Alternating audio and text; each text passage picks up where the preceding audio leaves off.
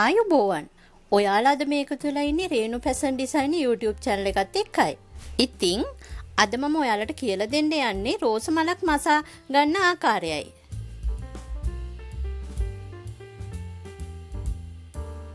ඉතින් අපි දැන් බලමු මේ රෝස මල මහන්න අවශ්‍ය වෙන ද්‍රව්‍ය මොනවද කියලා.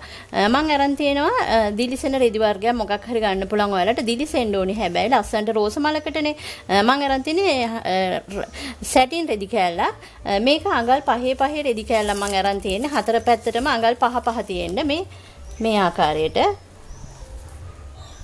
හතර පැත්තට මඟල් 5 තියෙන්න ඉදි කට්ටක් කරන් තියෙනවා නූල් බෝලයක් කරන් තියෙනවා කතුරක් කරන් තියෙනවා. අපි මුලින්ම කරන්න ඕනේ මේ සැඩින් රෙදි කෑල්ල මෙහෙම දෙපැත්තට නමනවා ඇතුල් පැත්තට හොඳ පිටට එන්නත් මේ කන පිටට තමයි මම නමාගන්නේ. දැන් කන පිට තමයි එළියෙන් තියෙන්නේ. ඊට පස්සේ මේ සයිඩ් එක අපි මහන්න ඕනේ. මැෂින් එකේ හරි අතේ හරි මහන්න ඕනේ. දැන් මම මේ අයිනෙම මහගෙන තියෙන්නේ. ඊට පස්සේ අපි මුලින්ම කරන්නේ මෙහෙම ඇතුළට ඇඟිල්ල හරි අත හරි දාගෙන චූටි රෙදි කෑල්ලක් හඳ අපිට පුළුවන් ඇඟිල්ල දාගෙන මේ අයිනෙම්ම මම මේම ගහ ගන්නවා මේ යට නූල ඇද ගන්නවා.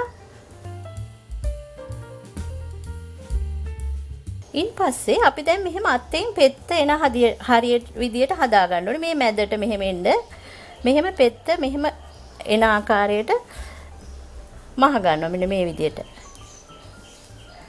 අපි දැන් අතෙන් පෙත්ත හදා යන්න පුළුවන් මහනකොට.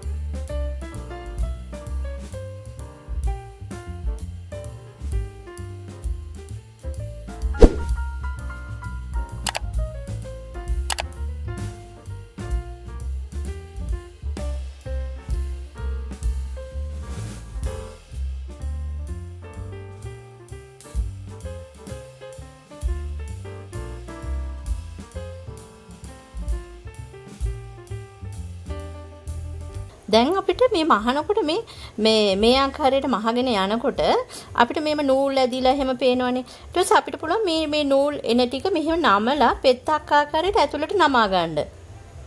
නමලා අපි එතන මහනවා මෙහෙම.